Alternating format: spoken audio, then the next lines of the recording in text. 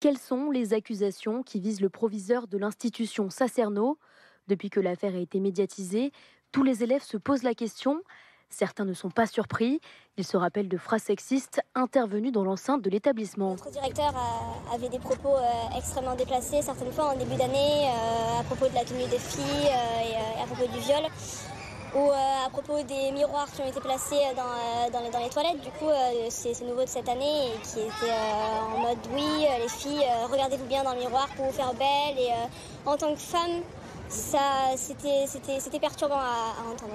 Donc il a fait des sous-entendus à des BTS en disant qu'elle devrait venir chez lui parce qu'il avait un grand lit. Il a déjà fait des commentaires sexistes, donc notamment à ma sœur, en disant que le sport qu'elle faisait, de la boxe, c'était pas un sport pour les filles, que c'était pas féminin. Au mois d'octobre, le rectorat de Nice a reçu un courrier anonyme qui dénonçait des faits d'une gravité importante. Le parquet a été immédiatement saisi, mais vu qu'il s'agit d'un établissement privé sous contrat, c'est le diocèse qui doit procéder à l'enquête administrative concernant le directeur.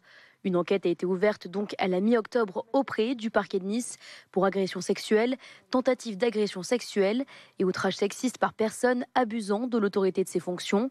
Le diocèse, de son côté, confirme qu'un signalement a été effectué auprès du procureur de la République.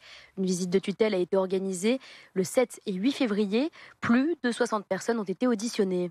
Aucune décision définitive n'a cependant été prise à ce stade, la mise à pied prononcée ce jour étant une simple mesure conservatoire dépourvue de tout caractère disciplinaire. L'avocat du chef de l'établissement, Maître Soucy, appelle à la prudence et rappelle un principe fondamental, la présomption d'innocence dans cette affaire.